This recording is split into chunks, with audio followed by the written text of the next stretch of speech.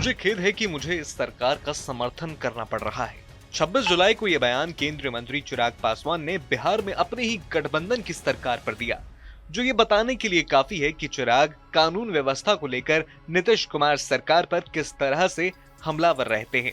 वो भी तब जब बिहार विधानसभा चुनाव ज्यादा दूर नहीं। एनडीए का हिस्सा होने के बाद भी राज्य की नीतीश कुमार सरकार पर चिराग के तीखे तेवर कई बार बीजेपी की अगुवाई वाली गठबंधन को परेशानी में डाल देते हैं। अब कहा जा रहा है कि बीजेपी नेतृत्व इस मामले में गार्जियन की भूमिका निभाने जा रहा है, ताकि ये आगे गठबंधन के लिए परेशानी का सबब ना बने। रिपोर्ट्स की माने तो लोक जनशक्ति पार्टी रामविलास प्रमुख चिराग पासवान के आक्रामक बयानों से बीजेपी इसलिए भी परेशान है क्योंकि पिछले विधानसभा चुनाव में चिराग पासवान ने ही एनडीए और खासकर जेडीयू को नुकसान पहुंचाया था। पिछले कुछ महीनों की बात करें तो बिहार में कानून व्यवस्था में तेजी से गिरावट देखने को मिली है, फिर चाहे वो ताबड़तोड़ फायरिंग की घटना हो, मर्डर या फिर रेप की घटनाएं।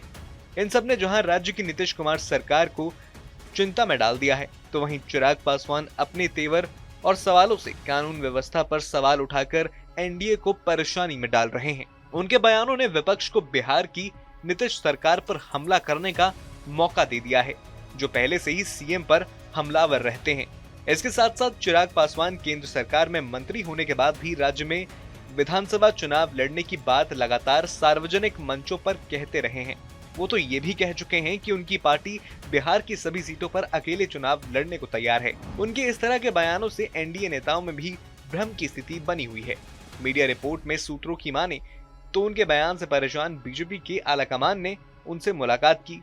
मुलाकात के दौरान चिराग पासवान को बीजेपी के एक वरिष्ठ नेता ने समझाया कि ऐसे बयानों से न सिर्फ एनडीए को लेकर जनता में भ्रम फैलता है, बल्कि नेताओं और कार्यकर्ताओं में भी असमंजस की स्थिति पैदा होती है। सूत्रों के अनुसार बीजेपी नेतृत्व से जल्दी ही उनकी मुलाकात होने जा रही है, जिसमें उन्हें बिहार चुनाव को देखते हुए विवादित बयानों से परहेज करने के साथ साथ एनडीए के प्रति एकजुटता दिखाने और नेतृत्व को लेकर भ्रम पैदा करने वाले बयानों से बचने का संदेश दिया जा सकता है। पार्टी से जुड़े सूत्रों के मुताबिक चिराग पासवान की राजनीति का ये तरीका भले ही उनकी युवा छवि और तीखे तेवरों से मेल खाता हो, लेकिन एनडीए की एकजुटता के लिए ये सही तरीका नहीं है। इसके अलावा चिराग अपने बयान के जरिए नीतीश सरकार पर हमला बोलकर विपक्षी महागठबंधन के नेताओं को नीतीश सरकार के टारगेट पर रखने का मौका देते हैं। हालांकि कई बार वो नीतीश सरकार के बचाव में भी उतरते हुए नजर आए हैं। कहा जा रहा है कि मुलाकात के दौरान बीजेपी का शीर्ष नेतृत्व चिराग पासवान को ये भी समझाएगा कि अभी वो युवा हैं, एक वोटर वर्ग पर उनकी मजबूत पकड़ है, समय और उम्र उनके पक्ष में है, ऐसे में उनका राजनीतिक भविष्य उज्जवल है। लिहाजा ऐसे बयान जनता और वोटरों के मिजाज से मेल नहीं खाते। एनडीए नेताओं का आकलन है कि अगर बिहार में दोनों गठबंधनों के बीच करीबी चुनावी लड़ाई होती है तो थोड़े वोटों से भी परिणाम में बड़ा उलटफेर हो सकता है।